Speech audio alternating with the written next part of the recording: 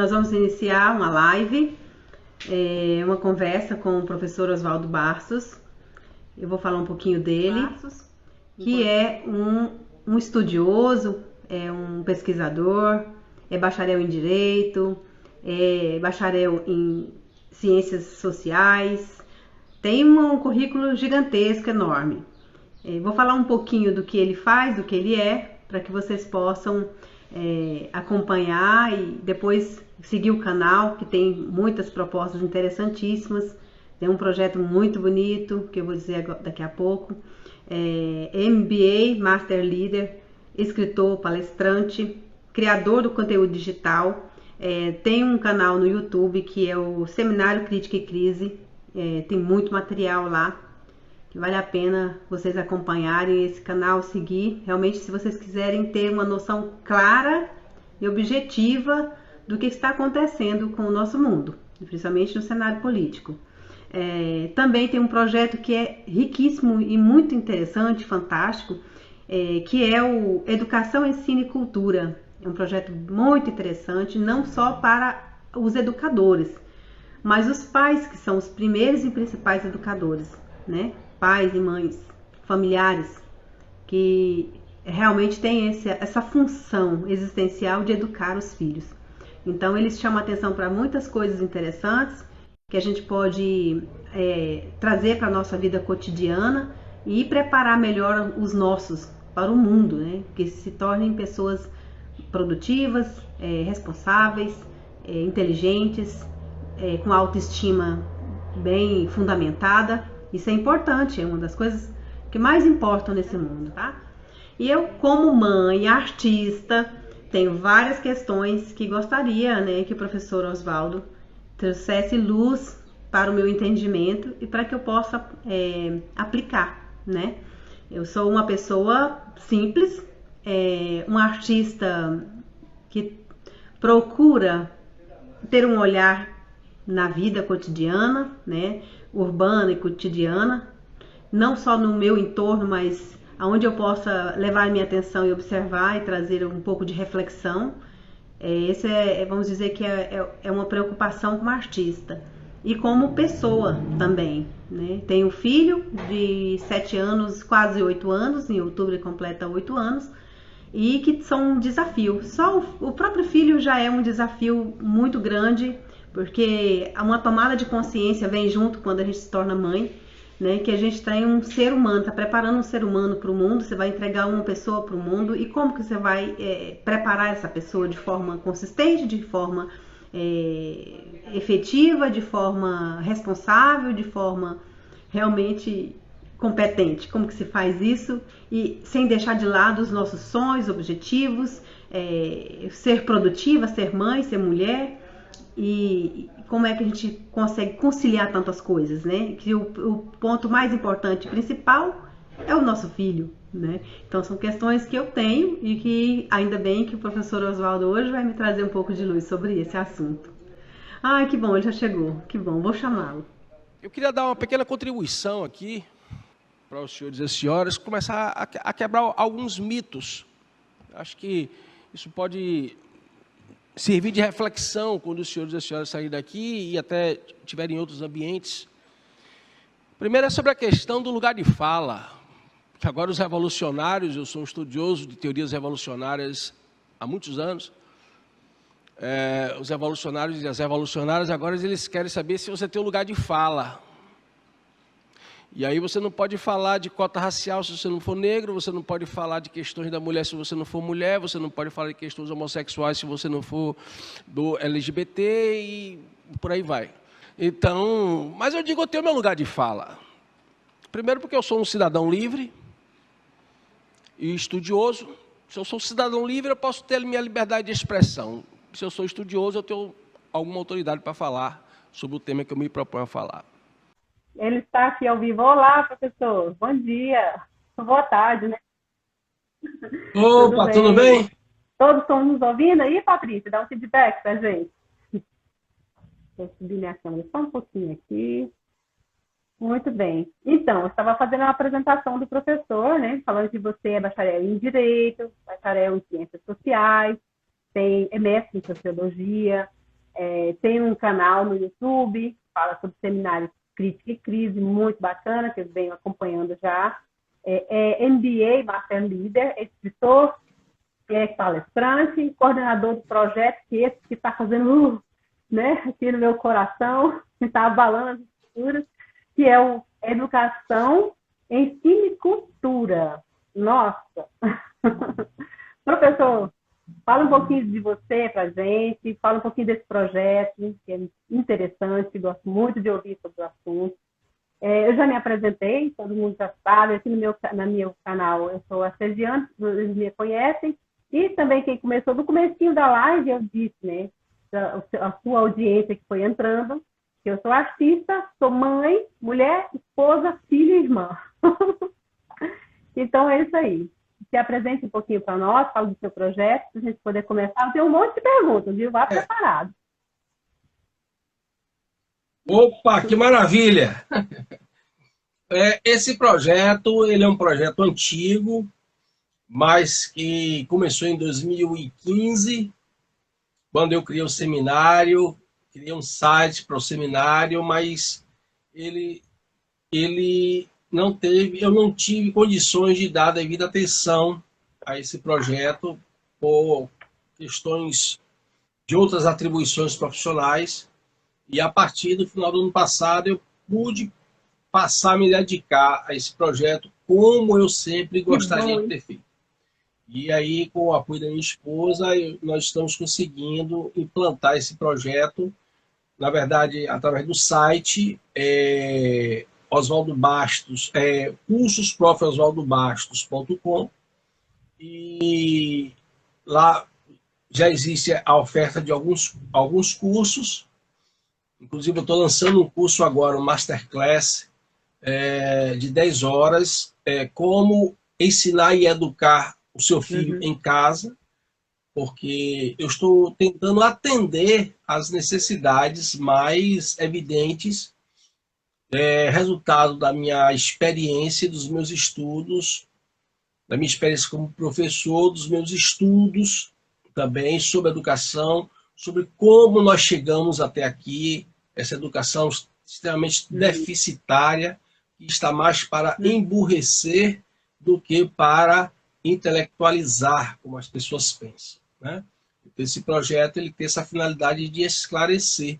Inclusive, essas lives, elas buscam trazer a posição, os anseios de pessoas que vivenciam essas questões e dar oportunidade dessas pessoas falarem e também terem de volta algum esclarecimento sobre questões tão importantes do nosso dia a dia e que envolve as nossas crianças, porque toda essa revolução na educação, ela visa exatamente atingir as crianças e adolescentes, e não é de agora.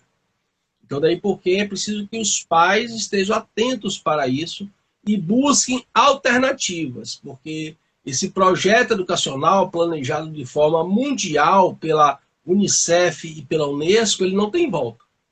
Então é preciso que os pais busquem alternativas e eu estou sempre tentando dar uma humilde contribuição para que os pais possam encontrar alguma alternativa para essa ditadura global, de um modelo educacional global que visa tornar as pessoas subservientes a determinadas ordens políticas. Muito importante, realmente. Quanto mais a gente puder despertar a atenção das pessoas para esse tipo de reflexão e tomar uma atitude melhor, né? Eu vou falar um pouquinho de mim, sobre os meus anseios, sobre as minhas curiosidades e também sobre as minhas dificuldades, né? Como que eu gostaria de encontrar meios para contornar as dificuldades e me tornar uma mãe realmente preocupada e preparar melhor o meu filho. Eu vou falar um pouquinho dele também. Aí depois o senhor fique à vontade para fazer os comentários, se eu quiser, e a gente começa as perguntas. Se alguém tiver, a Ivanilde está aqui, é uma amiga que eu chamo de mãe, né? Não tem idade para ser minha mãe, mas ela é um amor de pessoa, uma artista, educadora, mãe, um exemplo de mãe. realmente, depois se ela quiser fazer uma perguntinha, tá, Nilde? Fique à vontade. Maravilhosa essa pessoa. Ela me ensinou muito. Inclusive, está valendo agora na minha maternidade. Então, o que eu vou falar? Meu filho tem 7 anos, vai completar 8 em outubro. E desde que ele chegou na minha vida, virou minha vida de cabeça para baixo. Encheu meu coração de amor, minha vida de amor. Realmente um filho, ele preenche a mãe. No entanto, faz com que a gente se conheça, porque a gente vai enfrentar grandes desafios. Primeiro, porque em função do amor, a gente precisa preparar essa pessoa para o futuro. E as dificuldades que ele vai nos revelando ao longo do tempo que são os desafios. E a gente vai se vendo sozinha nessa luta, sozinha na batalha. Como que eu posso fazer para ajudar meu filho diante das dificuldades que ele vem mostrando que tem e que ele precisa de um acompanhamento, uma assistência diferenciada, e a gente não encontra aqui em lugar nenhum, nem no sistema que está posto aí, e nem a gente tem isso, não recebe isso em lugar nenhum. Meu filho ele foi diagnosticado agora recentemente com autismo. De acordo com o médico, a psicóloga, é um autismo leve e tem um pouquinho de TDAH também, o que dificulta muito, muito inteligente, porém com um funcionamento diferente da maioria das crianças. Ser mãe já é um desafio muito grande. E quando a gente depara com uma necessidade desse calibre, a gente fica sem chão e sem norte. Então, um projeto como esse ajuda, porque prepara a gente para esses desafios. E sabe que não vai encontrar outras saídas por aí, né? Então, a gente precisa tomar maior responsabilidade e se comprometer um pouco mais. E vem outras questões interiores. Bom, eu tenho uma profissão, eu tenho um trabalho que eu não vou abandonar, não posso abandonar, porque é primordial para que eu tenha recursos para, inclusive, cuidar dele. Né? Então, como mãe, a gente vê outras mães passando por coisas parecidas, até pior do que eu passo, porque às vezes entra a questão financeira também, que ajuda a prejudicar esse cuidado, essa atenção e esse preparo que a gente não tem, que tem que buscar ter. Né? Então, aí diante dessa minha dificuldade, se você quer acrescentar alguma coisa, pode me perguntar alguma coisa também, fique à vontade. Eu não quero chegar já de cara com as perguntas, porque talvez precise de uma introdução para que o nosso público possa entender. Né? Meu público é um público artístico. Os amigos que vão chegando atuam como artistas, ou amam arte, consomem arte, mas eu acho que um artista precisa se envolver com as questões de educação, de ensino, de política, não politicagem, sabe? Não partidarismo, mas precisa se preocupar e ter uma noção do que está acontecendo com o mundo e o que a gente pode contribuir com isso. Então, acho que o meu público vai gostar e precisa se entrosar com esse tipo de assunto também. Eu sei que o público do senhor é um público talvez um pouco mais intelectualizado, um pouco mais pesquisadores, que têm interesse e que que bebem na fonte para se transformar em pessoas melhores educadoras, né? São pais e mães que têm os anseios que eu tenho, que buscam te seguir e contribuir para que o projeto esteja aí, né?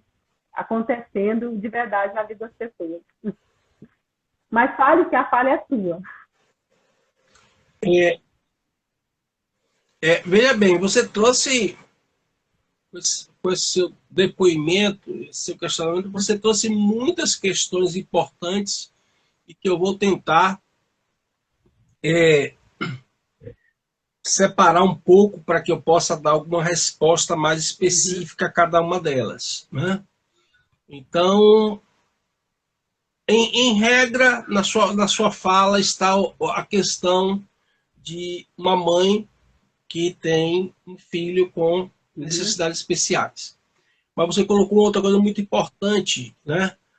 É preciso entender essa dimensão política e não a politicagem, exatamente. Né? Por quê? Vamos começar por aí. Porque a educação, ela passa a ser um veículo, um canal, um meio através do qual vai se fazer política e politicagem. Então, é preciso que os pais estejam acordados para isso, estejam alertas para isso. E aquilo que eu já expliquei em diversos momentos, a diferença entre educação e ensino, a educação é um atributo dos pais, da família. O ensino é da escola. O que não quer dizer que essas duas dimensões estejam inteiramente separadas. A família, os pais também ensinam e a escola também educa. Mas a escola educa enquanto uma instituição que deveria ser um suporte para aquilo, um reforço para aquilo que as crianças e os adolescentes aprendem em casa. Ao mesmo tempo que os pais deveriam estar complementando, em termos de ensino, aquilo que as crianças aprendem na escola. Só que isso foi desfeito. E a escola passou a ter as duas atribuições, educar e ensinar. Aí embolou tudo. E esse educar e ensinar está envolvida aí a questão política. Então, se eu tenho que criar revolucionários a partir da sala de aula, eu vou substituir o verdadeiro conhecimento por ideologias políticas, por ideologias partidárias, por ideologias revolucionárias. Por isso que nós vemos cada vez mais crianças, adolescentes, adultos jovens, cada vez mais rebeldes, revolucionários, revolucionados contra, inclusive, a família, contra, inclusive, os pais, porque é esse o projeto. Ao mesmo tempo, você trouxe uma questão, que eu acho que é de extrema relevância, que é a questão das necessidades especiais em sala de aula. Surgiu dentro de um panorama, nós podemos dizer, internacional, essa é uma proposta da Unesco, da Unicef, a ideia da inclusão. Genericamente falando, a inclusão ela envolve exatamente a necessidade de ter um espaço aonde possa se moldar a mente das pessoas para que todas pensem da mesma forma e você crie uma sociedade submissa aos ditames políticos e ideológicos. É isso que há por trás da ideia de inclusão, primeiramente. Por isso que todos têm que passar, por isso que existe um lema da ONU muito utilizado hoje, né? Inclusive está na Agenda 2030. Ninguém ficará para trás. As pessoas acham isso bonito. Mas ninguém ficará para trás porque todos têm que passar pela mesma lavagem cerebral. É isso que de fato significa esse lema da ONU. Ninguém ficará para trás. Ou seja, ninguém ficará fora desta lavagem cerebral. Todos têm que pensar da mesma forma e o espaço ideal para fazer com que todos pensem da mesma forma é a sala de aula. Né? Distorceram completamente. Exato, distorceram completamente. Perfeito, perfeito. Aí vem a questão das pessoas portadoras de necessidades especiais. Eu tive a grande experiência de ministrar aulas em turmas que havia autistas. E, inclusive, fui felicitado com a experiência de ter autistas em graus diferentes.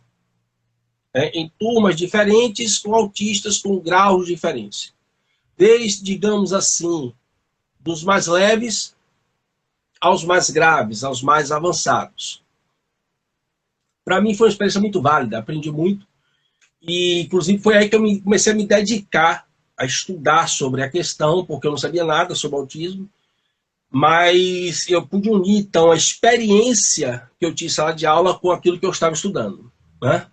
E uma coisa que era muito clara para mim, e aí eu posso conversar com qualquer especialista, com qualquer autor de livro, existe uma grande diferença entre o cérebro autista e o nosso cérebro, que é a questão do tempo. O problema do autista, para efeito de educação, não é inteligência. Inteligência, o meu faz. Não é inteligência. Não é inteligência. O problema, a diferença entre nós e os autistas, na minha opinião, pela minha experiência, está fundamentalmente na questão do tempo. O tempo dos autistas é diferente do nosso. Então, não tem como. Isso foi aí que apareceu o grande desafio para mim. porque eu tinha uma sala com 40, 50 pessoas, com um tipo de funcionamento cerebral, e tinha uma com um tipo de funcionamento cerebral completamente diferente. Eu digo, e agora? Como é que eu vou resolver isso? Então, foi aí que eu comecei a perceber que o problema dessas pessoas era o tempo.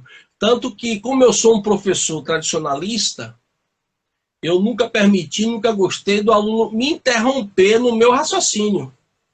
E quando você me interrompe, você não está me interrompendo apenas, você está interrompendo todos os outros alunos que estão acompanhando o meu raciocínio.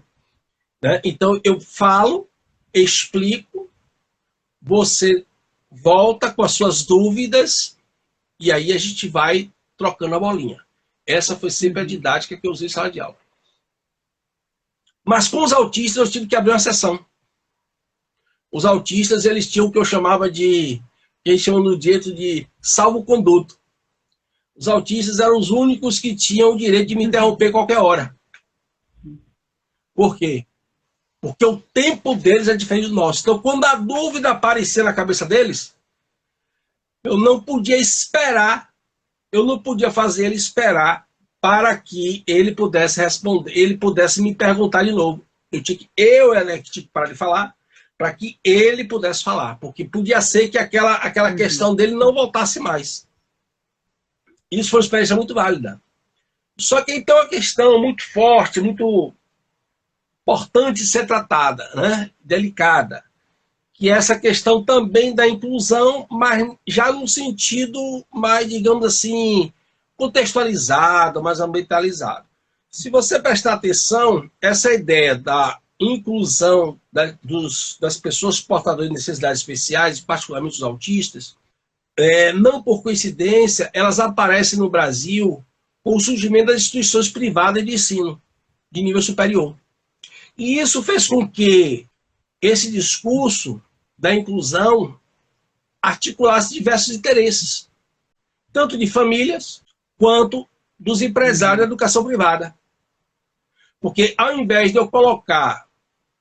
se colocar uma sala específica com um professor devidamente treinado, preparado para o uso da tecnologia de forma devidamente específica, para atender as necessidades daquela pessoa, passou-se a difundir a ideia que não é de toda uma inverdade, mas também não é de toda verdadeira. A ideia de que, colocando essas pessoas junto com as outras ditas normais, elas iriam evoluir melhor. Na verdade, esse discurso ganhou força não por conta de evidências, como está na moda hoje, né? Evidências científicas, mas por interesses econômicos. Então, ao invés de eu ter uma sala em que eu teria 2 ou 3 autistas, isso não seria receita, seria despesa. Para o empresário foi muito mais interessante adotar o discurso da inclusão e colocar esses autistas junto com as outras pessoas, porque aí esse autista ele se tornaria realmente receita e esta instituição, as instituições privadas, estariam aderindo completamente ao discurso politicamente correto. Os pais de boa fé, acredito eu, não perceberam essa armadilha e acharam que, porque estavam pagando faculdades para os seus filhos e os seus filhos estavam se formando, que isso estava sendo uma coisa maravilhosa. Mas, na verdade, eles tinham caído no engodo do politicamente correto. Porque o autista, ele pode e deve conviver com as pessoas, normalmente, mas, em termos de aprendizado, eles precisam ter profissionais devidamente capacitados para falar com eles de forma devidamente capacitada, para usar a tecnologia de forma capacitada, porque o cérebro deles tem um funcionamento diferenciado do nosso. O tempo deles é diferente do nosso.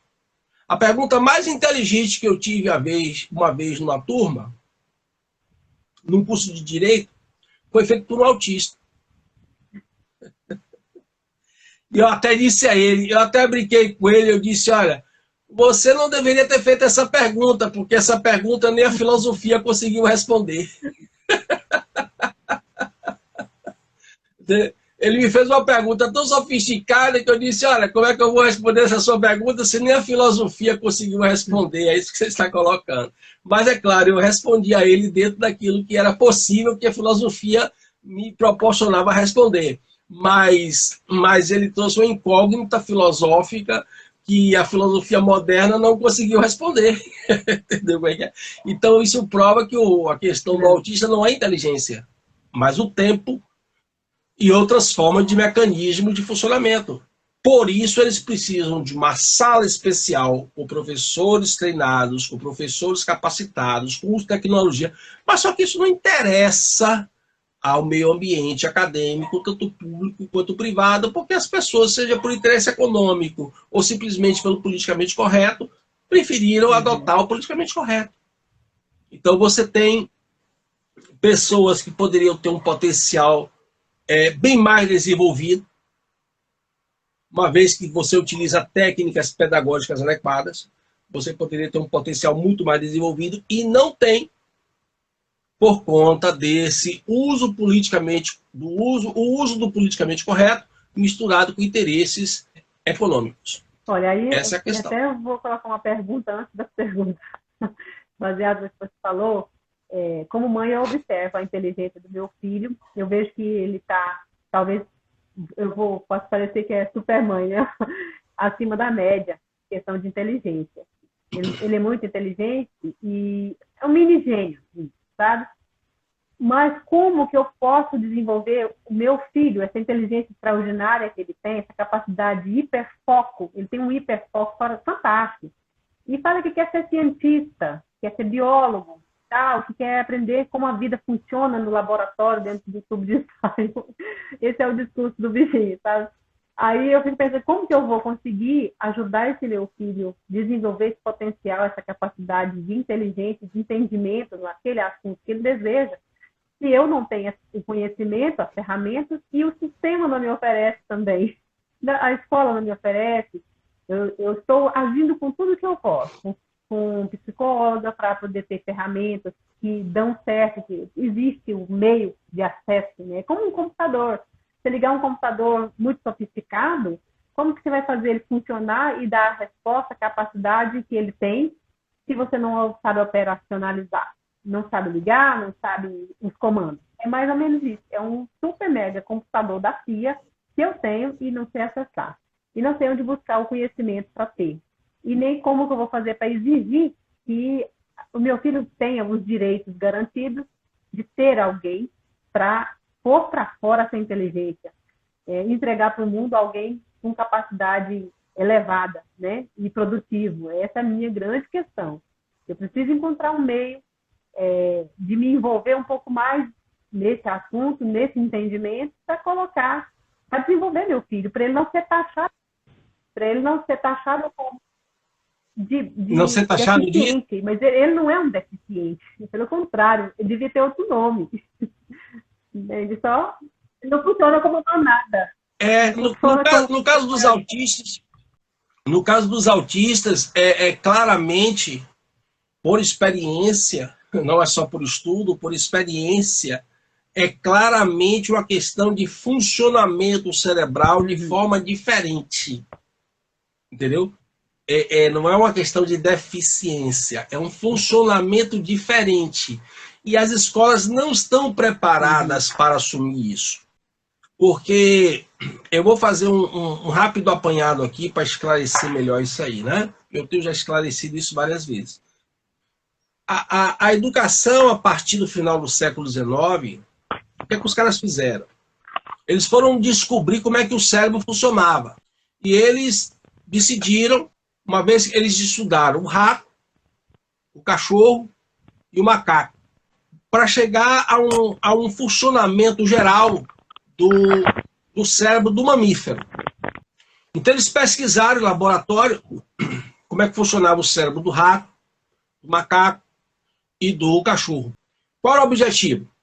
O objetivo disso era o seguinte: o objetivo disso era reduzir o máximo possível a capacidade humana de raciocinar, de ter intelecto, intelectualidade, cultura. O ser humano deveria ser reduzido o máximo possível a um ser que correspondesse a estímulos externos. É aí que surge o chamado behaviorismo. Isso foi evoluindo, foi demorando um pouco de ser processado, foi sendo processado aos poucos, até que chegamos hoje. Por que eu estou dizendo isso? Porque quando eu critico a escola, é preciso mostrar os fundamentos disso. Essa escola de hoje é resultado dessa política que transitou desde o final do século XIX até hoje. Então, é por isso que eu digo que a escola não tem o que oferecer. Não é que a escola não queira. A escola de hoje ela não tem a oferecer mais do que os paradigmas do BNCC, que são todos baseados nessas experiências que evoluíram durante todo o século XX. É a cereja do bolo, o BNCC no Brasil. A escola não tem o que oferecer, não é que ela não queira, ela não tem. E 99% dos professores e pedagogos que foram formados nessa doutrina, eles não fazem nem ideia do que está acontecendo. Simplesmente eles, quando muito, eles percebem as consequências e discordam dessas consequências, mas eles não sabem como chegamos até aqui. Isso para aqueles que discordam, que é a minoria. Fora que a maioria concorda. A maioria acha que as crianças devem parar de aprender uma boa história, uma boa geografia, uma boa literatura, uma boa gramática para discutir gênero em sala de aula.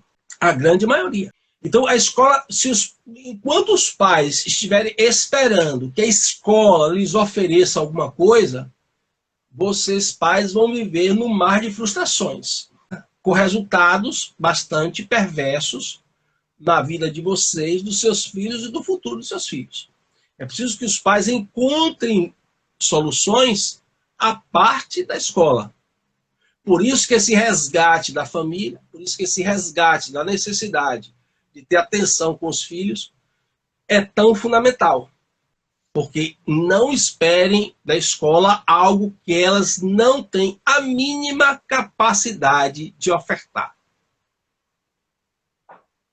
Então, daí porque, em termos gerais, estou falando muito aqui, muito genericamente, é preciso voltar para alguns mecanismos anteriores. É preciso voltar para a cópia, é preciso voltar para o ditado, é preciso voltar para a procura de palavras no dicionário, é preciso a volta para leituras, poesias, é preciso voltar para a velha tabuada, é preciso voltar para a velha conjugação do verbo, porque todo esse modelo educacional, que já estava bastante reduzido, mas todo esse modelo educacional, ele trabalhava de acordo com o funcionamento do nosso cérebro. Os modelos educacionais de agora, eles funcionam de maneira anticerebral, antifuncionamento do cérebro. Por isso que hoje as pessoas estão reduzidas cada vez mais ao nível instintivo, animal. Associa e a resposta. Não se raciocina mais. Porque foi feito para ser assim. Nesse contexto, as pessoas que têm necessidades especiais sofrem ainda mais com isso. Porque os cérebros que têm aquele funcionamento que nós podemos chamar de normais, já são abalados com isso. Imagine as pessoas que têm um cérebro com funcionamento diferenciado e que precisariam de uma atenção específica para desenvolver os seus potenciais. Então essas pessoas elas são mais afetadas ainda, apesar de se dizer o contrário, que elas estão incluídas. Você vê que o discurso, essa cortina de fumaça dos incluídos, da educação para a inclusão, isso é uma coisa do demônio, isso não pode ser de Deus, porque é uma coisa extremamente ardilosa e enganosa. É uma artimanha da serpente. Porque é exatamente o contrário. Essas pessoas não estão incluídas como elas pensam, nem como os pais delas pensam. Elas estão sendo niveladas a um nível cada vez mais rasteiro, o máximo possível, como todas as demais, assim como foi estudado e planejado desde o final do século XIX. Não foi por acaso que a sala de aula passou a ser chamada de laboratório. Ela seria uma extensão do laboratório. Então, se eu pesquisei o cérebro dos mamíferos, no rato, no cachorro e no macaco, como é que eu vou aplicar isso no ser humano? Qual é o ambiente ideal para eu aplicar isso no ser humano? A sala de aula. A sala de aula seria o local onde eu iria testar tudo aquilo que eu aprendi com o cérebro do macaco, do cachorro e do rato. Então, agora eu vou aplicar na sala de aula. Então, a sala de aula se tornou literalmente não só uma extensão, mas literalmente um local para eu doutrinar, para eu conduzir, para eu programar o cérebro das pessoas. E não mais para intelectualizá-las. Não mais para torná-las livres para pensar e para buscar os seus próprios caminhos. Vamos massificar a sociedade a partir da sala de aula. Então, se o reflexo disso está nas pessoas que possuem um funcionamento, digamos, normal, imagine nas pessoas que têm um funcionamento que precisa de determinadas atenções específicas. Então, daí porque a atenção dos pais para com os seus filhos, e eu não acredito que eu possa até mudar de ideia amanhã depois. Mas nesses quase meus 30 anos de experiência com a educação em todas as fases do ensino, eu não acredito que se necessite de ideias mirabolantes, que se exija recursos caríssimos. A coisa é muito mais simples do que o que parece. É preciso que os pais voltem para o modelo tradicional. Só que isso exige esforço, isso exige dedicação, que muitas vezes os pais têm. Os pais têm. Muitas vezes têm. Muitas vezes não. Mas muitas vezes têm. O problema é que aqueles que têm esforço, muitas vezes não estão aplicando esse esforço da maneira correta. Estão, como você diz, um tanto desorientados. Então, se dentro do tempo de cada criança, seja um autista ou não, se dentro do tempo de cada criança, começar, os pais voltarem a aplicar as mesmas técnicas pedagógicas de outrora, eu tenho certeza que resultados positivos vão aparecer em curto e médio espaço de tempo. Não digo nem longo espaço de tempo. E eu estou falando médio espaço de tempo aqui, colocando minhas reservas, mas em curto espaço de tempo, as mudanças vão acontecer. Porque o nosso cérebro tem uma capacidade fantástica de adaptação. Isso aqui é a coisa mais genial que Deus criou na face da Terra. Então, se você começa a usar com persistência as técnicas corretas, o cérebro imediatamente ele vai tentar se adaptar e os resultados positivos vão aparecer. Uma coisa que eu estou observando também, que agravou um pouco isso que o senhor está falando, é que a tecnologia, né, entre aspas, maravilhosa, que deu um up nas nossas vidas, está sendo o demônio destruidor das crianças. E as pessoas não estão observando que isso está destruindo o futuro. Porque o menino perturba a cabeça e você precisa estar concentrado em alguma atividade, alguma coisa, ou os adultos estão conversando e a meninada barulhando, você quer ver calar a boca na hora? Tablet, celular ou computador. Eles calam, que ficam uns anjinhos. Mas olha, gente, isso destrói de uma forma. E eu falo isso porque eu sou mãe e já vi isso acontecer comigo, com meu próprio filho. E eu vi que aquilo estava destruindo o mental dele, como ele funciona diferente, eu pude ver isso claramente.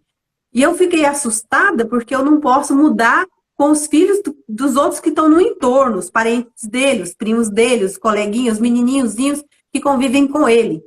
Mas o meu, eu já saquei. que está destruindo. Então, além de ter o agravante de as pessoas desistirem dele rápido, porque ele é diferente, ele é difícil de lidar, ele tem um aprendizado diferenciado, desistem dele, ainda se o pai ou a mãe não atentar, que é o que destrói a capacidade de aprendizagem da criança, tá no telefone, né, nos rios da vida aí, como é que vai ser esse futuro? Como é que vai ser a vida dessas crianças? Como é que vai ser...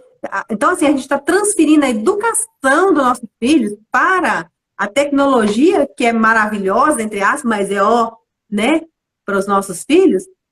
E, entende o que eu quero dizer? Sei que o senhor tem muito a dizer a respeito desse assunto. Manda ver aí. Eu tenho falado muito sobre isso, né? A tecnologia ela está deixando de ser acessória para ser protagonista. A tecnologia está se tornando o artista principal da novela. Então, a tecnologia que deveria ser uma figurante, né, uma acessória, ela está se tornando o artista principal da novela. E isso, as pessoas não estão percebendo também que isso se trata de um afastamento do ser humano do domínio sobre a sua própria vida. E as pessoas estão confundindo muito excitação cerebral com inteligência. Eu tenho visto muitos pais e mães dizerem assim, as crianças de hoje estão mais inteligentes. Nada tem comprovado isso, ao contrário. Ao contrário. As crianças estão cada vez, as crianças e adolescentes, os jovens e adultos estão com menos capacidade de raciocínio lógico, estão com menos capacidade de armazenamento e capacidade de relacionar, de desenvolver raciocínios complexos. Aí o que acontece? Então a capacidade de raciocínio, ao contrário, ela está diminuindo. De jovens e adultos. Ok? Então, ocorre que o que está acontecendo é muito mais uma excitação cerebral. As pessoas estão com o cérebro mais excitado devido ao excessivo uso da tecnologia. E quando isso aparece nos mais jovens, crianças, adolescentes e adultos mais jovens, algumas pessoas têm interpretado como essa excitação como sendo inteligência. Né? Inteligência é uma outra coisa. Excitação cerebral é outra. Né? As pessoas estão tendo uma excitação cerebral e por isso elas estão mais ariscas, elas estão mais ligadas, elas estão mais... Mas isso não é inteligência. Inteligência é você dar uma crônica de 5 ou 6 páginas para uma pessoa ler e ela dizer não o que ela entendeu, mas o que o autor quis dizer com aquela crônica. Inteligência é você pegar um diálogo de Platão, conseguir chegar até o final do diálogo de Platão e conseguir traduzir o que o autor quis dizer, não o que você necessariamente entendeu. Isso é que seria mais ou menos um bom teste de inteligência. E hoje você não consegue, um adulto hoje não consegue ler um diálogo de Platão. Que dirá crianças e adolescentes. Então as pessoas não estão ficando mais inteligentes, elas estão ficando mais limitadas. Então a tecnologia, ela, a partir do momento que ela assume esse espaço de protagonista, ao contrário, ela está limitando o desenvolvimento da capacidade cerebral das pessoas. Os estudos têm mostrado que crianças e adolescentes que lidam muito com jogos, eles de fato desenvolvem uma capacidade estratégica para lidar com jogos. Quando comparado crianças e adolescentes sem jogos eletrônicos com crianças e adolescentes com jogos eletrônicos, a experiência mostra que não existe nenhuma alteração. O fato de gamificar a educação não traz nenhuma vantagem, como se diz, para as crianças que tiveram uma educação mais tecnologizada. Em termos de capacidade de raciocínio estratégico, veja bem, em termos de capacidade de raciocínio estratégico. Crianças que trabalharam muito com jogos têm a mesma capacidade que as crianças que não trabalharam com jogos. A única desenvoltura maior de crianças que trabalharam com jogos é quando elas vão trabalhar com os jogos eletrônicos, ou seja, fora daquele universo dos jogos eletrônicos, elas não desenvolveram nenhuma capacidade a mais do que aquelas que não trabalharam com jogos. Então isso mostra que a gamificação da educação é uma farsa, é um mecanismo de colocar o ser humano endeusando e se subordinando à tecnologia. Então, também as pessoas que possuem determinadas necessidades especiais, os pais devem ter mais ainda atenção com isso. Porque, ao invés de colocarem essas pessoas, seja qual for a idade, para brincar de games, coloquem para ler um poema. Mas aí coloquem para ler uma poesia. O pai não quer ter esse trabalho. É aí que eu queria tocar, na ferida. O menino tá barulhando, tá dando trabalho, põe um cala-boca neles. Tá o telefone. E ele vai fazer o quê? A criança está direto para uma janela do mundo inteiro. Qualquer um pode entrar ali e destruir o mental do seu filho. Sem que você veja, sem que você proteja ele do perigo. E aí ele cala a boca, deixa de te perturbar, e você tem o tempo de fazer aquilo que você queria fazer, sem a criança estar te chamando a atenção, e o seu filho pode estar à mercê de sei lá o quê, subliminar ou não, né? E um poema exige da gente participação. Sim. Porque os adultos não perceberam, mas só falando da televisão, né? Que a televisão, os filmes... Os adultos não perceberam que o celular veio para substituir a televisão de forma muito mais intensa. Porque antes você assistia aquelas novelas da Globo defendendo o divórcio, defendendo a traição conjugal, né? Defendendo uma série de situações contra os valores tradicionais, mas você assistia aquilo em determinado período. 1 hora por dia trancado no quarto. Da noite. Ou na sua... Agora todo mundo tem um microcomputador no bolso. Então quer dizer, o celular veio substituir a televisão de uma forma muito mais intensa e perversa. Entendeu? Então, se os pais não tiverem acordados, e não adianta a censura. Não é que a censura não deve existir, mas ela não deve ser a cereja do bolo. É importante que os pais mostrem para os seus filhos o que é a vulgaridade e o que é a virtude. É importante que os pais mostrem aos seus filhos que, apesar deles terem acesso a determinadas informações, até mesmo um site pornográfico, mas que aquilo não interessa, que aquilo não vai trazer nenhuma vantagem, não vai trazer algo construtivo para as suas vidas. Então, por isso que o papel dos pais, ele sempre será angular. Se deixar com a escola, acabou. Mas os pais podem resgatar, até porque existe um vínculo afetivo entre os pais e os filhos, que foram os pais que negligenciaram esse vínculo afetivo. Então, é preciso que os pais resgatem esse vínculo afetivo, e esse vínculo afetivo, arrastando com esse vínculo afetivo outras formas de educação, de orientação. Né? Então, não adianta simplesmente censurar, porque censura hoje seria algo... A própria internet, ela favorece essa quebra de censura. Né? É claro que um pai ou uma mãe pode pensar em alguma restrição dentro do celular. Não estou dizendo que isso não seja bom e não seja possível. O que eu estou dizendo é que isso não é a única postura. A principal postura é você mostrar aos seus filhos, as pessoas mostrarem aos seus filhos que o acesso a determinadas informações não é conveniente. e por que não é conveniente.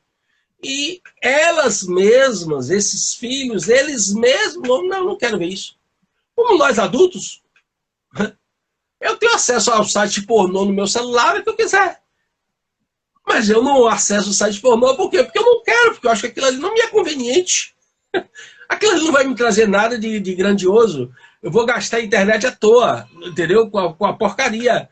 Então é preciso que essa consciência do adulto seja passada também para a criança. Né? Você ter acesso a certas informações não vai lhe trazer nada de construtivo, de conveniente. É muito melhor você gastar sua internet e o seu tempo num vídeo no YouTube que vai lhe trazer grandes informações, que vai enriquecer sua cultura. Então, esse mundo da internet, esse mundo da tecnologia, sem dúvida, passa pela pedra angular, Sim, que são os grande pais. verdade. Vou começar as perguntas, e nós temos bastante perguntinhas aqui, que o pessoal que está visitando, está ao Poxa. vivo aí, depois a gente vai responder. Vou fazer logo as minhas, né, porque a gente já tinha combinado de fazer algumas perguntas, e aí a gente vai fazer a leitura das outras aí, para ver se ainda tem tempo de responder. Tá, Elinete, viu? Nilde Bezerra, tem também uma outra amiga aí, eu acho que é Bia, que entrou aí, fez umas perguntas, umas colocações, achei interessante. Depois a gente vai ler sim, viu? Então, vamos para a primeira pergunta. Qual a origem dessa separação de ser mãe e ser mulher? Vamos começar por aí, porque aí acho que as pessoas vão voltar lá no âmago da coisa. Isso aí a gente deve ao movimento feminista, né? Que vai trazendo essa ideia de que é preciso essa igualdade entre homem e mulher. E como eu sempre digo, já falei em outros momentos, está registrado no meu Facebook, em vídeos no meu canal no YouTube. Quando você vai igualar homem e mulher, é preciso que você eleve um e rebaixe o outro. Porque homem e mulher são diferentes. O que não quer dizer que um é superior ao outro. Aí começou a distorção daí. O diferente atribuído a uma hierarquia. Ser diferente é estar numa posição de superioridade ou inferioridade. Nunca foi. Ser diferente é uma coisa, hierarquia é outra. Então, a partir do momento em que homem e mulher têm que ser iguais, então você tem que masculinizar a mulher e afeminar o homem. O resultado disso é que a mulher hoje ela vive à procura de um macho e não encontra. Porque enquanto ela é só namoradinha, noivinha, que vai para casa do namorado, transar com o namorado, com o noivo, com a noiva, tá bacana. Mas na hora que aparecem os filhotes, na hora que a coisa se torna realmente, ou deveria se tornar um ambiente familiar que traz várias responsabilidades, inclusive aquela sensação de proteção, a mulher precisa daquela sensação de proteção do macho, é da fêmea. Assim como o macho também precisa daquela sensação de companheirismo da sua mulher. Por isso que os dois se conjugam. Por isso que os dois estão numa relação conjugal. Por isso que os dois se completam. Satanás, quando ele foi atacar Eva, ele não atacou Adão porque ele sabia que Eva era o pilar da casa. Se ele derrubasse o pilar da casa, ele derrubava a casa inteira. Né? Por isso que ele foi atacar a mulher. Aí as feministas dizem que é porque a Bíblia é preconceituosa, que quer dizer que a mulher é fraca. Não. É porque as feministas, do modo geral, elas são ignorantes. Elas são iletradas. Elas são mais revoltadas do que cultas. Né? Elas carecem de leitura e reflexão. Porque se elas fossem ler e ter cultura, elas não seriam feministas. Entendeu? Então elas fazem o quê? O Satanás ele foi atacar a mulher exatamente porque a mulher é extremamente importante. Exatamente porque a mulher era o pilar. E derrubando esse pilar, derrubava toda a edificação.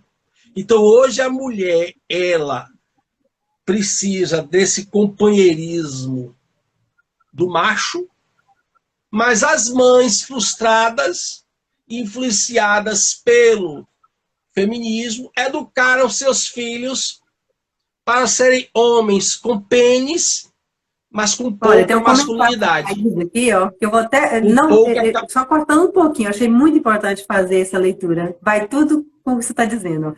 Antes de ter filho, professor, o homem hoje é uma criança, fica no videogame e a mulher exausta, trabalha, cuida da casa, vira a mãe do marido. Justamente. Exatamente. Perfeito. Entendeu? Os homens, pelas próprias mães, mulheres, não foram mais educados para assumir essa posição de macho, de protetor da sua casa, de provedor, de protetor, de zelador. Esse homem passou a ser associado à ideia de opressor. Passou a se confundir macho com machismo. Né? Então, se você é muito protetor, você é um opressor.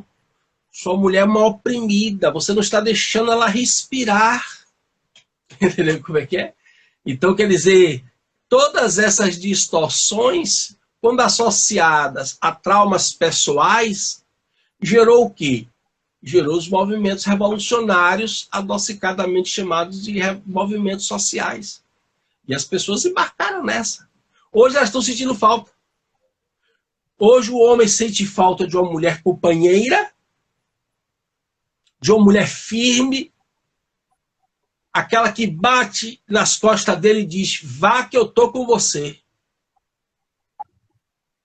Assim como as mulheres também sentem falta daquele homem que diz, esse espaço é meu, se entrar aqui eu mordo. Porque essa aqui é minha mulher, esses aqui são os meus filhos, essa aqui é minha casa, esse aqui é meu quartel, se entrar aqui eu derrubo.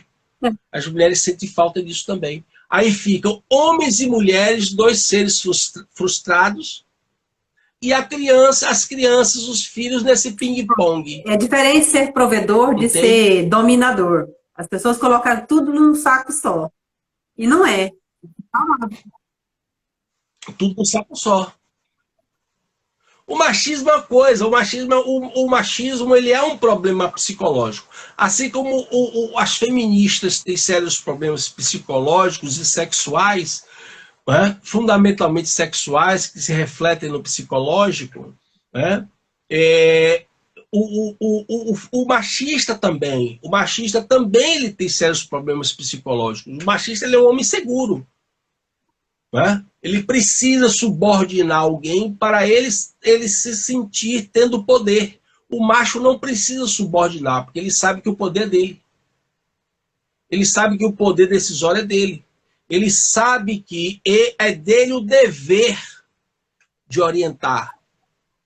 É dele a última responsabilidade, a última palavra sobre determinadas questões, porque a cobrança, o dever é dele.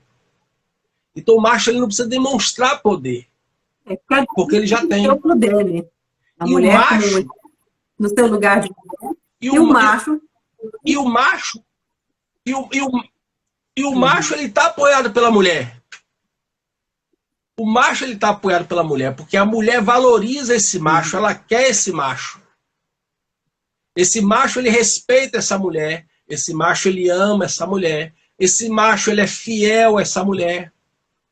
Então essa mulher, ela se volta para proteger esse macho. Ela se volta para defender esse macho. Foi exatamente essa harmonia entre o instinto animal e a dimensão psicológica entre homem e mulher que o feminismo conseguiu romper.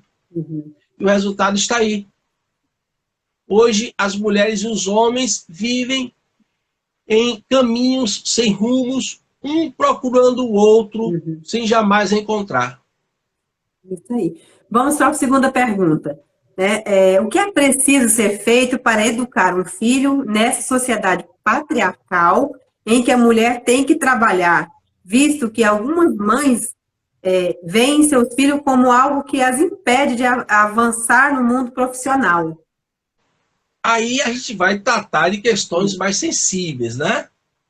Assim, foi muito bacana, né? Essa liberação sexual, todo mundo transa com todo mundo, né?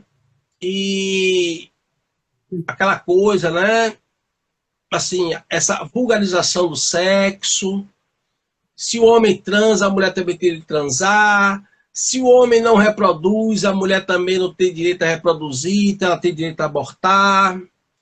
Então, a partir do momento em que a mulher, na verdade, ela não evoluiu,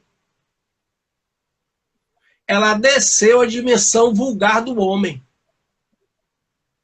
A mulher pegou o que havia de pior no homem, não que o homem necessariamente seja vulgar, não é isso que eu estou dizendo. O feminismo caminhou a mulher para ela adotar como padrão de vida o que havia de pior no homem. O padrão de homem que o feminismo ensinou a mulher a ser de homem é o padrão de homem vulgar. Até que não. Aí a mulher se tornou a cafajeste paralelo.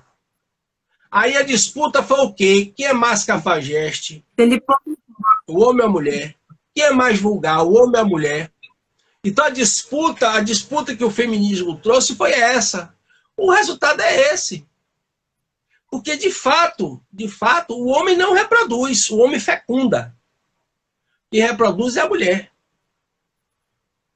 Por isso que, como eu disse, as feministas trazem o aborto como uma saída para a reprodução. Se o homem não reproduz, a mulher também tem direito a não reproduzir. Por isso ela passa a ter direito ao aborto. Mas aí vem a pergunta que ninguém quer fazer.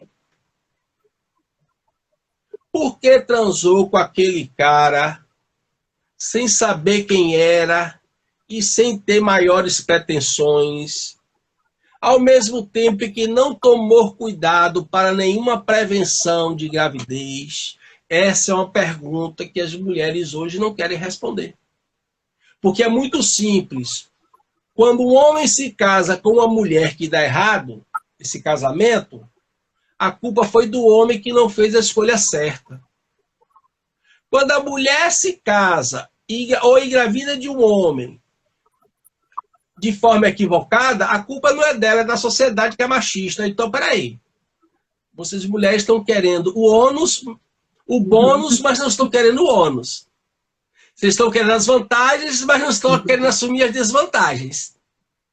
Então, não é verdade? Então, do mesmo jeito que eu tenho que ter cuidado com as mulheres que eu vou me relacionar, e principalmente sexualmente, as mulheres também deveriam ter tido cuidado com isso. Né? Então, se eu tenho a liberdade de ter relação sexual com o que eu quero, eu tenho que assumir as consequências disso. Uma doença venérea, uma doença sexualmente transmitível sem cura, ou de difícil cura, problemas psicológicos e emocionais. Então, tudo na vida tem suas consequências. Então,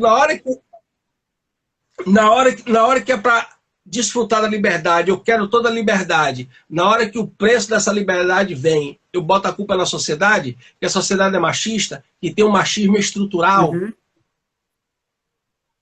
Então, as mulheres agora estão sendo chamadas a assumir as responsabilidades pela liberdade que elas resolveram assumir.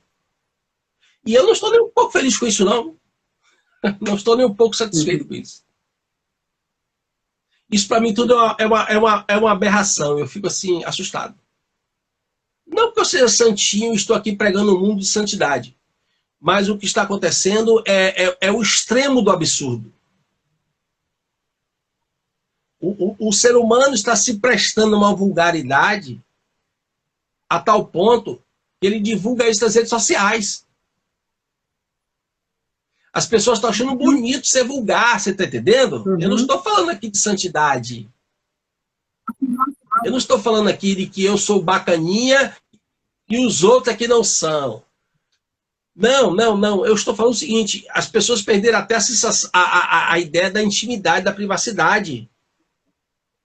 Antes as pessoas tinham suas condutas vulgares, pecadoras, no privado e procuravam preservar isso. Hoje a pessoa vai e mostra na internet. Virou piada, né? Virou Você está piada. entendendo o que eu quero dizer? Virou piada. Gera live, viraliza. Então, olha, É eu vou isso. fazer mais um parênteses dentro da mesma pergunta, que é praticamente a mesma coisa, mas dá um precedente para um outro raciocínio. Como eu poderia ser mãe, ser produtiva, profissional, com excelência ao mesmo tempo, sem cometer equívocos com o maior bem da minha vida, que é o meu filho, né? São os nossos filhos. Como que eu posso conciliar as duas coisas? Ser profissional, ser mãe, né? E não falhar com nenhuma das partes. Já que o mundo não é outro agora, né? Olha, eu não vou dizer. Eu não vou dizer que isso é fácil e nem que eu tenho a fórmula maravilhosa. Eu não sou daquele tipo que fica na internet vendendo o curso de como ficar milionário trabalhando em casa. Eu não sou desse tipo. Eu não tenho a forma maravilhosa para salvar a vida das pessoas. Agora, por mais, como é que eu posso dizer? Por mais que determinadas, porque isso vai depender muito de profissão para profissão, né? Mas eu acho que o problema não está em a mulher trabalhar e ela ter um determinado tipo de profissão. Por exemplo, que ela trabalha de turno. Um exemplo. O problema não está aí, porque isso é um caminho sem volta. Isso é um caminho sem volta. E eu diria até que foi um caminho, de certa forma, necessário. Porque uma vez que os homens também passaram a não assumir as suas responsabilidades, as mulheres tiveram que cuidar da sua própria subsistência. Então, isso é um caminho sem volta. Não que discutir isso. Mas dentro desse universo, eu acho que é muito importante que as mães, mas principalmente aquelas que não têm mais a companhia e o apoio dos homens, dos pais, que elas estejam sempre se esforçando para dedicar o mais tempo possível aos seus filhos e da forma adequada.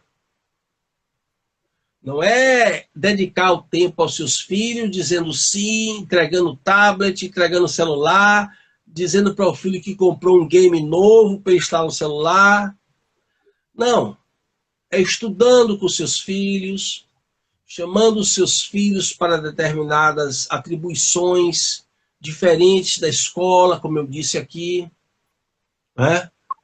Trazendo os seus filhos para, de novo, fazer uma cópia, um ditado, isso de forma descontraída, de forma até divertida, de forma lúdica. As crianças adoram. O lúdico é uma característica da infância. Entende? Então, dedicar um pouco de tempo diário aos seus filhos e de forma bem qualificada, eu tenho certeza que vai fazer muita diferença. No final, essa própria mãe ela vai se sentir mais fortalecida, ela vai se sentir mais rejuvenescida, porque ela vai ver o resultado positivo daquilo ali. É melhor do que depois ela descansar bastante, dormir bastante, sair o final de semana com o namorado, deixar o filho na casa do sogro, da sogra, da avó, do avô, e depois está passando situações delicadas, porque o filho está com uma série de outros problemas. E é o que eu digo sempre, sabe? Dentro de casa, nós temos algumas escolhas. Na rua, nós temos milhares de escolhas e todas elas são ofertadas pelo diabo.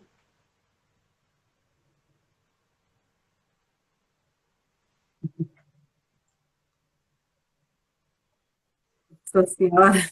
entendeu? Olha, professor, realmente é uma coisa que mexe com nossas entranhas, esses assuntos, porque,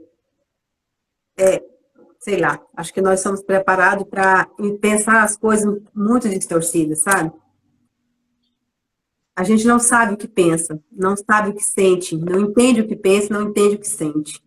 E comete equívocos tão sérios que a gente vê aí repercutir além da nossa própria geração, vai muito além. Então, diante de tudo isso que nós falamos aqui, me leva também a pensar sobre essas redes de apoio, né, que as mães, os pais têm. Muitos estão deixando os filhos, outras pessoas cuidarem desses filhos, né? Primeiro, a escola assumiu o papel de educar, em vez de apenas ensinar, e é um complemento da educação. Também a gente está, hoje, por causa da tecnologia, deixando essa tecnologia tomar as rédeas da educação dos nossos filhos. E também, todas essas degeneralizações que vão acontecendo aí, os pais não sabem o que estão fazendo, estão totalmente às escuras e perdendo o controle da situação, querendo viver, querendo ser feliz, querendo atender aos seus próprios objetivos, sem atentar para a responsabilidade primeira, né, e maior de todas, que é preparar esses filhos para a vida, para viver de forma íntegra, de forma autossuficiente, responsável, viver bem, né? Estamos deixando a política do mundo destruir essa família, destruir esses princípios, né? Essa lógica de estabilidade da vida, da família, né? Então, como que a gente faz, né? No caso das mães que se encontram sozinhas, já que a sociedade está desmantelada e as pessoas não assumem mais as responsabilidades, fica forçosamente nas mãos das mães, né? A questão de educar, criar os filhos. E que o próprio sistema não favorece, não tem o respaldo para que essa mãe consiga. Primeiro porque, como se diz, você pode voltar lá atrás e ver onde que começou a ruir com tudo isso, né? É o machismo, é o feminismo, é os revolucionários, todas essas ideologias que sustentam essa bandeira, que aparentemente parece boa, parece que está defendendo um direito, uma qualidade, mas que apenas pega a dor, distorce para poder conduzir uma manada no abatedouro, né? Quer levar a manada para um direcionamento. As pessoas pensam que são donos dos seus sentimentos, que são donos dos seus pensamentos, que são donos de si e não são. Nem o que querem, nem o que gostam, não é da pessoa realmente. Ele simplesmente é conduzido a pensar que gostam de determinadas coisas, porque o consumismo é a indústria que precisa desse direcionamento. E por conta disso, um desmantelamento vai desmantelando o outro e chega no que nós estamos vendo aí. E agora? Como é que faz? Ninguém assume as responsabilidades e a gente tem, quem pariu o filho foi a mãe. Quem tem o filho para cuidar é a mãe. Dê conta ou não dê conta, tem que cuidar. E cuida das talaveiras. De qualquer maneira, se empurra com a barriga do jeito que dá. Porque vai buscar apoio aonde? Muitas vezes, tem muitas mães, eu conheço perto de mim, que não tem rede de apoio. O que é rede de apoio, na minha opinião? É quando você tem o seu pai, sua mãe, sua tia, seus parentes, seus irmãos, que ajudam no cuidar dessa criança. Né? Eu preciso trabalhar, enquanto eu trabalho, minha mãe cuida. Quando eu volto, a tia cuida, o avô cuida, né, do lado do pai ou da mãe. Muitas vezes é de um lado só. E é falho. E aí a criança, muito cedo, com 4 meses, 6 meses, tem que ser jogada numa instituição aí, numa creche para ser cuidada, e a gente vê todo dia na televisão aí, ou nos noticiários, atrocidades acontecendo com essas crianças que não sabem sequer falar. Como é que a gente faz para lidar com toda essa dificuldade, né, e conseguir conciliar essa sobrevivência, essa sustentação da própria vida e da vida da criança? Como que a gente vai fazer isso? Qual é o start? Qual é o gatilho? Qual a solução, talvez imediata, para um socorro imediato? Porque a longo prazo, racionalmente, a gente consegue chegar, o que está errado é aqui, vamos contornando e tal, vamos tirar a televisão, vamos tirar o noticiário, vamos tirar a dominação global, vamos tirar e voltar para os padrões mais anteriores, mais antigos, que estava funcionando melhor que esse agora, né? Mas e para aquelas pessoas que chegou num estado tão difícil que praticamente isso não está acessível mais. E aí? O que a gente pode fazer? O que a gente pode sugerir? O que a gente pode pensar sobre isso? Uma das coisas que foi quebrada com essa modernidade globalizada foi a ideia de comunidade. Repare bem que a sua fala é extremamente importante, você retrata a realidade, né? Vamos buscar apoio, essa rede de apoio. Veja, essa rede de apoio que foi buscada, ela é testemunho da quebra da ideia de comunidade. E eu diria até, vou trocar essa ideia, esse conceito de comunidade por algo mais específico, bairro. Então observe que vocês, mães, vocês vão buscar auxílio em pessoas distantes, pessoas que vocês não conhecem. Mas vocês têm hoje o WhatsApp, vocês têm Telegram, mas vocês não são capazes de criar um grupo no Telegram para trocar experiência de vocês, mães. Vocês hoje já não têm mais a capacidade, porque ele foi tirada, porque botaram a atenção de vocês para outro foco. Lembra? Ninguém ficará para trás. Então você tem que botar seu filho numa creche. Você tem que botar seu filho numa escola de tempo integral, porque ali ele vai ser doutrinado bacana. Ele vai sair um robozinho, falando crianças todas, qualquer uma. Vai sair um robozinho de acordo com o que os governos querem. Vocês nunca pensaram em, por exemplo, criar uma creche comunitária no seu próprio bairro? Vocês não pensaram em criar um grupo de mães no seu próprio bairro? Hoje, essa tecnologia tão versátil, que bem utilizada, nos traz grandes benefícios. Vocês não pensaram em criar uma comunidade de mães para trocar experiências? Então, existem saídas. Essas saídas estão a um palmo do nariz de vocês, mas vocês não conseguem enxergar porque foram doutrinadas para enxergar que a saída é aquilo que os governos querem. Vocês precisam voltar para a ideia de comunidade. Vocês precisam voltar para a ideia de bairro. Vou contar um caso para vocês aqui muito rápido. Eu tive uma experiência lá atrás, ainda era estagiário. Eu fiz estágio aqui na região do Pelourinho Maciel. Foi uma experiência muito rica. Eu trabalhei na reforma do Pelourinho Maciel na primeira e na segunda etapa.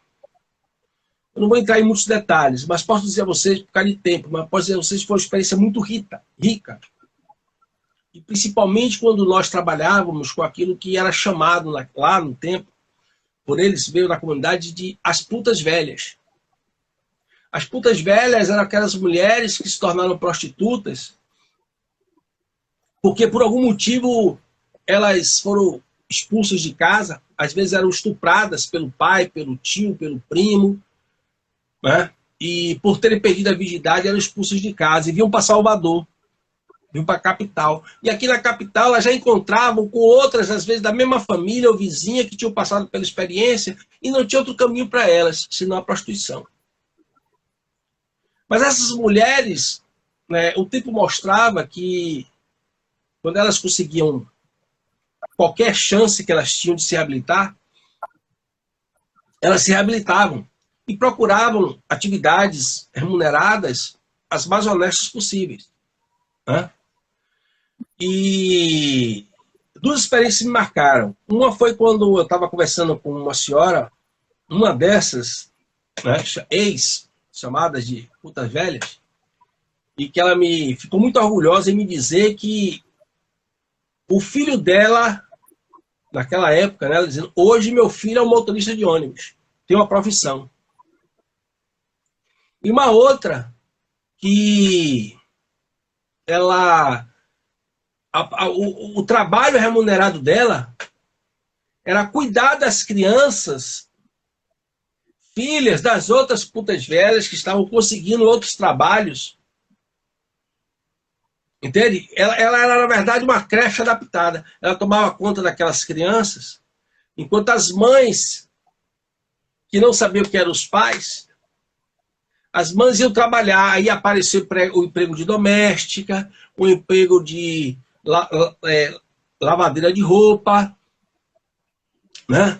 Então, essas mães, quando elas saíam para ir para uma casa para fazer um trabalho doméstico, uma faxina, lavar uma roupa, elas deixavam essa criança com essa senhora, e essa senhora ganhava um dinheirinho, tomando conta dessas crianças, enquanto as mães iam trabalhar. O que eu quero mostrar para você com isso? Para vocês com isso? Imagine que pessoas, mulheres que sofreram horrores, completamente ignorantes, analfabetas, encontravam saídas extremamente inteligentes e salutares para suas dificuldades.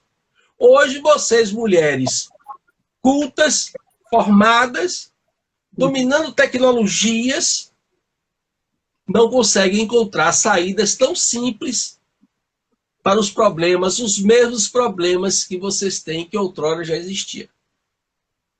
Então, observe que a saída está na simplicidade, está no retorno às tradições, está no retorno à ideia de comunidade, e vocês podem usar tecnologia para auxiliar isso.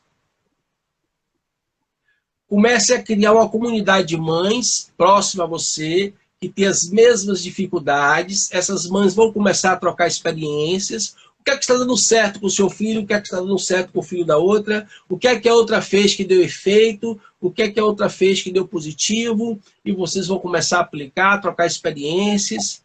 Se existe alguma mãe que pode estar à disposição para trocar, uma senhora, uma avó, que pode estar à disposição para... Criar novas redes de apoio. Criar novas redes de apoio. Isso! Vocês têm que inventar a rede de apoio de vocês, não é aceitar a rede de apoio que o Estado lhe dá. Esse é o segredo. Entendeu? Por isso que eu fui lá embaixo, dei um exemplo bem lá embaixo, para mostrar que é possível. Pessoas com mulheres com muito menos capacidade, com muito mais sofrimento, com muito menos possibilidades, conseguiram se superar. Como é que vocês não conseguem? Ah, porque o governo, fiquei esperando o governo lá, né? Não, porque o governo precisa de uma lei. Não precisa de nada não, gente. Precisa que vocês despertem, saiam dessa matrix de governo. Esqueçam isso, isso é uma desgraça na vida das pessoas. Esqueça esse negócio de governo. Use a tecnologia em benefício de vocês para se livrar do governo. E encontrar soluções para os seus problemas. Ótima dica. Vou aproveitar a pergunta e inserir uma outra na sequência. Falamos das redes de apoio. Gostei da dica. Agora, como envolver mais os pais na educação dos filhos, que descansam a educação nas costas das mães e acham que educar é prover o alimento e a moradia. E educar não é isso. Isso aí é um problema seríssimo, né? Isso é um problema seríssimo. Né? Essa coisa de que pai e mãe, eu acho que pai e mãe estão envolvidos nessa coisa hoje de... As mães são mais cobradas. Mas eu acho que pai e mãe estão envolvidos nessa coisa de que pagar boleto é ser bom pai e boa mãe. Entende? As mães terminam sendo mais cobradas porque vocês são vítimas da ideia do amor materno, né? Que foi um conceito que aparece no século XVIII, né? Que a mulher tem o amor materno, e aí vocês hoje são vítimas dessa ideia de que eu acho que existe o amor materno como existe o amor paterno. Existe o instinto materno e existe o instinto paterno, né? Eu sou pai também, então eu posso falar, existe o instinto materno, você chegar e olhar e já perceber alguma coisa que está acontecendo ou antes de acontecer, existe isso, é a natureza. Mas isso foi quebrado. Então isso precisa ser resgatado, não existem fórmulas mágicas. Quem promete fórmula mágica é charlatão. O que existe é o quê? Um resgate, é preciso que as pessoas retomem as suas relações, é preciso que as pessoas voltem a trabalhar como parâmetro de orientação modelos anteriores, como eu falei aqui da comunidade, da ideia de comunidade. É preciso que os pais reservem certos momentos para os seus filhos, para a sua família, né? Então, é preciso que os homens voltem a assumir a responsabilidade de machos, de provedores, não é só de dinheiro, de provedores de segurança. Quando você fala segurança, é um universo muito abrangente, segurança sentimental, segurança física, segurança financeira, segurança afetiva. E, de fato, os homens hoje estão abrindo mão dessa responsabilidade, as mulheres também, mas os homens, principalmente, estão abrindo mão dessa responsabilidade de serem os provedores da segurança. Isso é fruto da educação de que, para o homem deixar de ser machista, ele tem que ser um tanto afeminado. As consequências aparecem. Isso não pode dar certo. Então, os homens têm que voltar a ter essa responsabilidade, a ter esse papel de provedores da segurança. Isso não existe fórmula mágica. Isso é preciso diálogo, é preciso que os homens... Quantos homens será que estão assistindo aqui a nossa live? Quantos homens será que vão assistir? Quantos homens vão refletir sobre isso? Assim como as mulheres também. Né? Voltar a assumir o seu papel. É isso que está faltando no homem e na mulher. Voltar a assumir o seu papel.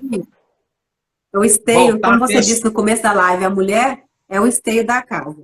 Como a mulher foi afetada, a casa caiu. Como voltar lá atrás? Para que o homem seja homem e a mulher seja mulher. Talvez esse papel possa ser colocado para a mulher. No sentido assim, quem educa o filho já está colocado. A mulher tem maior participação nisso. Se a mulher se conscientizar da importância de que cada um tem que ter seu lugar, ela pode educar esse homem para assumir o papel de homem e a mulher para assumir o papel de mulher. Isso é uma projeção que eu estou fazendo aqui. Então, se a mulher educar o futuro homem, diferente do que nós estamos vendo aí, esse homem será um homem melhor do que os que estão agora, no presente. E aos poucos, quem sabe, essa mudança vai se continuando, até que as pessoas, um proteja o outro, um ampara o outro, um complementa o outro, né? Fique o perfeito yin e yang, né? O homem como homem, tendo o equilíbrio do yin e yang dentro de si, e a mulher como mulher, tendo seu yin e yang equilibrado dentro de si. Porque a mulher assumindo o papel de homem e o homem assumindo o papel de mulher. Não está dando certo. Estão criando homens frouxos, né, que não são responsáveis, que procriam, têm filhos, não educam, não cuidam dos seus filhos, não cuidam das suas responsabilidades, não protegem a sua família, não amparam, não educam, não nada. E a mulher, por estar só, também não consegue nada também. Não consegue educar, não consegue exercer o papel do homem, porque a mulher é mulher. Mulher não é homem, não é pai. Não existe pai nem para homem que assume a função de mãe, nem mulher assumindo a função de homem. Né? Então, acho que talvez uma ideia que me ocorre agora é que a mulher possa se conscientizar da importância que ela exerce para a sua família e preparar melhor esse filho, ainda que não tenha apoios no momento, né? Que ela crie esses apoios, como você está sugerindo, com outras mães que passam pelas mesmas situações, dentro do meu bairro, da minha vizinhança, a gente cria uma unidade que uma apoia a outra nessa educação fora do sistema, que está querendo engessar todo mundo para tornar todo mundo manada, todo mundo gado que vai num pensamento só, numa direção só para consumir e para eleger políticos pilantras para continuar mantendo o sistema que está aí. Não é? Será que eu fui muito mal vez? Não. Eu só não acredito mais, eu sou muito sincero, eu só não acredito mais em, digamos, planos mirabolantes. Eu trabalho mais com essa ideia de que se existe solução, existe, eu acredito em soluções, é nessa ideia de comunidade, é nessa ideia de focos, digamos, vou usar uma expressão aqui, a criação de novas tribos. Novas tribos. A mesma coisa com relação às questões conjugais e familiares. Eu não posso chegar aqui e dizer, olha, vou dar 7 regras para o sucesso conjugal, o sucesso familiar. Eu seria um charlatão. Não é? O que eu posso dizer é que, pontualmente, isso só pode acontecer pontualmente mesmo, porque a cabeça das pessoas está lavada, está condicionada. Não é? É preciso que homens e mulheres voltem a conversar, voltem a se conscientizar, assistam lives como essa e outras que existem por aí, que possam fazer esse despertar e busquem esse recomeço das suas vidas, como homem, como mulher, como casal, né? Estejam vivendo conjugalmente ou já estejam separados, mas que revejam as suas posturas, porque tanto faz vivendo junto como separado, as crianças, os adolescentes sofrem com isso. A psicologia defendeu durante muito tempo a separação conjugal. A psicologia a psicanálise principalmente, é uma das grandes responsáveis pelo que está aí. Era a psicanálise que dizia, não, você pode se divorciar, porque os seus filhos não vão passar por problema nenhum. Né? O que importa é um bom encontro. Era o que a psicanálise dizia. Né? Hoje os filhos estão aí com problemas psicológicos, problemas de depressão, problemas de anorexia, e a psicanálise não traz nenhuma resposta. Os psicólogos e psicanalistas continuam colocando a culpa nos pais. Eles não têm culpa nenhuma. Eles instigaram, orientaram, fomentaram o divórcio, a separação, mas hoje eles não têm culpa nenhuma. A psicanálise não assume, os psicanalistas não assumem isso. Né? A literatura está cheia de registros, de conselhos, de livros escritos sobre essa questão da separação, o divórcio, e que isso não traria consequências, essas promessas, falsas promessas, de que isso não traria consequência para as crianças e adolescentes. Quando as consequências começaram a aparecer, eles também saíram de baixo e disseram, continuaram colocando a culpa nos pais, como que vocês não estão tendo uma devida postura com relação aos seus filhos. Né? Então, também não adianta mais chorar por esse leite derramado. O importante agora é que esses pais e essas mães que estão sentindo na carne, sofrendo e vendo seus filhos sofrerem, tendo angústias e frustrações, que essas pessoas voltem a refletir, façam um check-up da sua vida pretérita e estejam dispostas a recomeçar. Não existe nada que... como se diz no popular, né? Nós só não temos solução para a morte. Enquanto a morte não chegar, é possível recomeçar. É só querer. E é por isso que, uma vez que é só querer, vai depender muito de pessoas que queiram. E não de uma política de governo, e não de um projeto de governo, de uma lei, de um professor que vem com fórmulas maravilhosas. Isso não existe. É preciso que as pessoas... É preciso entender que o projeto moderno e pós-moderno é acabar com a individualidade, é acabar com a possibilidade de você pensar sozinha. A sua identidade agora não é mais a sua identidade sergiane, é a sua identidade com mais alguém, com algum grupo identitário. E para quebrar isso é preciso que eu, você e todos nós possamos retomar a nossa identidade pessoal. Eu gosto disso, eu acho que isso é o que é certo e é isso que eu vou fazer. Se tem um grupo que me rejeita, parabéns, fiquem lá que eu fico cá. As pessoas estão com medo de viver sozinhas, então porque elas estão inseguras. Então aí elas se agarram a grupos. E esses grupos só têm a oferecer o que a elas? Mais revolução, mais rebelião. Sim. Entendeu?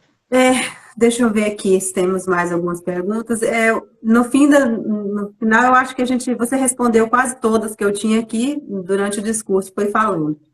Tem uma pergunta que é como lidar com o medo de não conseguir, né? O medo de não conseguir ser uma boa mãe. E como lidar com os filhos especiais. Que no meu caso, tem outras mães, tem outros tipos de problemas que a pessoa pode ter, alguma necessidade diferente, uma necessidade especial diferente do que nós falamos, que era autismo, tem criança com epilepsia e entre outras dificuldades, né? Como é que lidar com essas dificuldades, com tudo isso? Acho que é isso que ficou faltando só. Eu não sou médico, então eu não posso, nesses casos bastante específicos, eu não posso ter uma opinião, um aconselhamento técnico, né? Isso é preciso ter um acompanhamento médico, não sei se for o caso também, psicológico, psiquiátrico, mas um acompanhamento de profissionais para lidar com essa situação com pessoas que possuem esse tipo de adversidade. E eu não tenho essa competência, eu não tenho como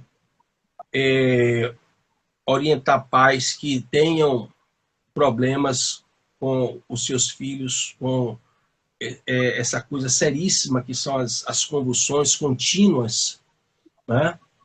Eu só quero dizer que eu sou a favor da liberação do canabidiol. Não sei se esse é o caso da pessoa que está perguntando, mas uma vez que foi colocada essa questão, é um absurdo se confundir o canabidiol com o tetraidrocannabinol, que é a substância psicoativa da cannabis sativa, mais conhecida como a maconha. A planta é uma só. Mas ela produz duas substâncias, o canabidiol e o tetraidrocannabinol. Então, confundir o canabidiol com o tetraidrocannabinol é uma incompetência que mostra que nem a química do segundo grau funcionou na cabeça das pessoas. Entendeu? Então, não precisa ser médico, especialista, cientista. Existem duas substâncias produzidas pela mesma planta. A substância que consegue aliviar bastante ou controlar bastante esse problema de crianças que já nascem com esse distúrbio convulsivo é o canabidiol. Ele não tem nada a ver com o entorpecente tetraidrocannabinol. Entendeu? Então, não liberar o uso do canabidiol, torná-lo, inclusive, com um preço mais acessível para as famílias que carecem dessa medicação, na minha opinião, é simplesmente um absurdo, fruto de ignorância, de incompetência, entendeu? E de outras coisas mais. Né? Eu não vou me estender aqui agora. Então, eu quero deixar logo minha posição com relação a isso. Então, eu não tenho muito como explorar essa questão perante situações que requerem muito mais uma opinião médica especializada na área médica do que a minha opinião de professor e de especialista na área da educação. Pelo menos por alto, pelo que foi colocado. Tem algumas entendeu? questões que foram colocadas aqui, algumas perguntas, tá ao vivo, você tem acesso aí? Ou eu posso ler aqui?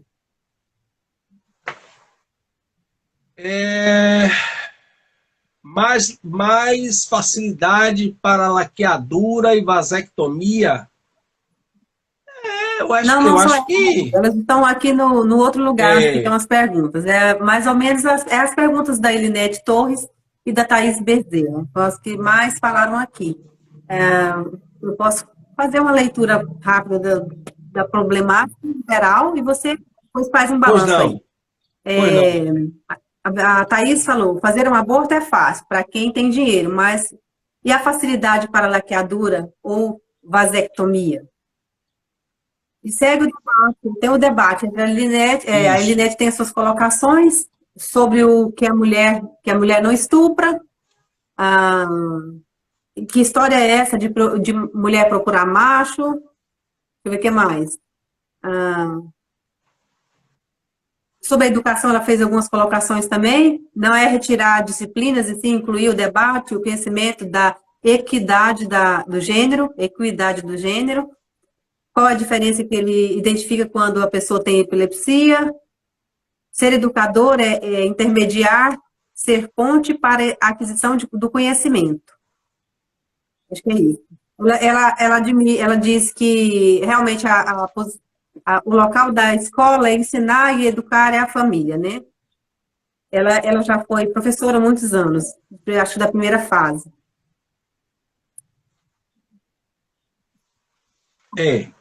Essa ideia do educador como intermediador é uma ideia exatamente revolucionária, foi uma das tragédias da educação. Porque se eu, professor, só sou intermediador, então você não precisa de mim. Uma inteligência artificial no meu lugar faz um trabalho até mais competente do que eu. Você pode botar um radialista no meu lugar, por exemplo, que faz o trabalho entre dois interlocutores, ele entrevista alguém. O professor como intermediador é uma coisa ridícula que foi colocada na educação brasileira, principalmente, que só veio destruir o que já havia de tão ruim, que a educação brasileira nunca foi modelo, nunca foi exemplo para o mundo, nem para lugar nenhum. Né? Essa questão da vasectomia, da laqueadura, existe sim, viu? E particularmente no Brasil, eu não sei se você é do Brasil, mas no Brasil, uma das filiais da Planned Parenthood, que é a maior agência abortista do mundo, sediada nos Estados Unidos, nos anos 80, inclusive, a Benfam, que é uma agência, uma extensão da Planned Parenthood aqui no Brasil, a Benfam, inclusive, financiou muita laqueadura no Brasil, inclusive involuntariamente. Eu tenho, inclusive, estudos estatísticos aqui nos meus arquivos, na minha biblioteca, que foram publicados, inclusive, em revistas da época, denunciando principalmente mulheres do norte e nordeste do Brasil. Mulheres em idade fértil de 15 a 45 anos. Locais que mulheres foram esterilizadas sem saber, algo em torno de 60, 70, 40, 50% das mulheres em idade fértil foram esterilizadas numa política de controle populacional no Brasil, e vocês brasileiros nem sabem, entendeu? Que isso existiu no Brasil. Existe sim essa política de laqueadura, existe acesso a isso, é porque hoje essa política de abortar, porque o interesse é matar, né? Não é simplesmente evitar a gestação, é matar.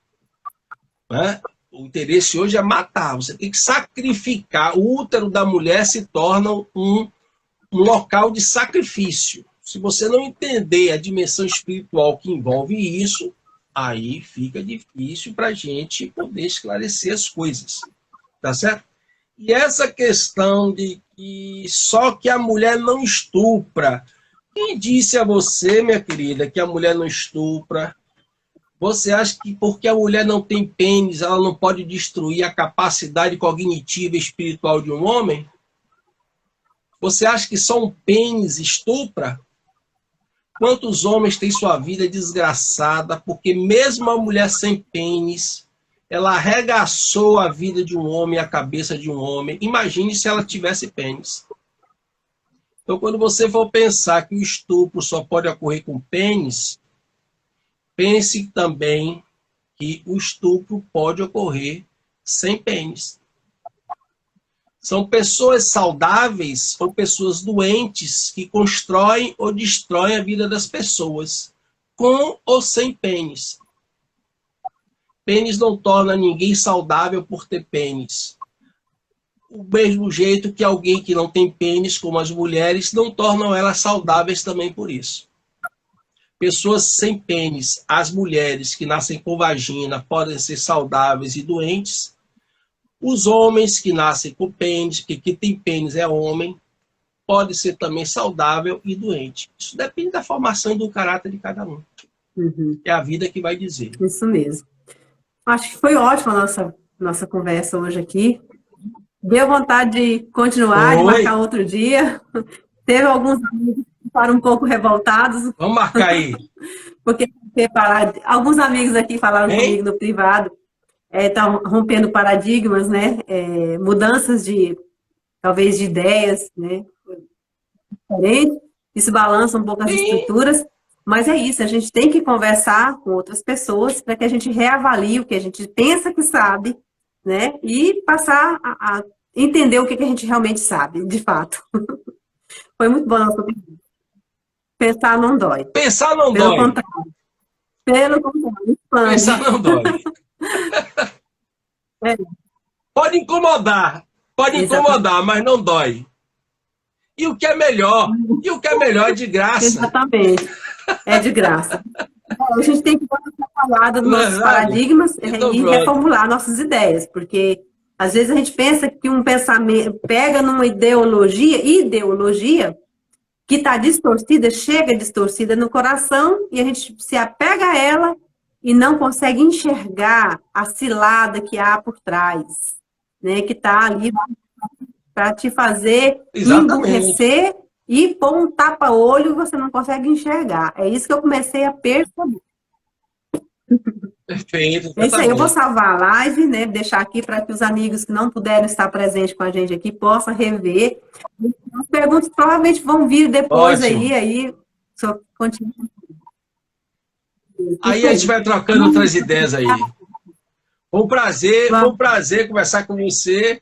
Prazer muito grande, muito construtivo essa live. Vamos marcar uma hora dessa aí para a gente fazer um outro bate-papo com essas novas polêmicas que vão surgir Com aí dos certeza. Aí, a hora que eu questionamentos, tá conversar com os bom? amigos que vieram no privado aqui, eu te conto, né? Pra gente marcar outra conversa. E envolver eles também. Tranquilo. Tá bom? Um Tá abraço muito bom. apertado. Muito Tchau. obrigada. Próximo encontro. Tudo de bom. Beijo.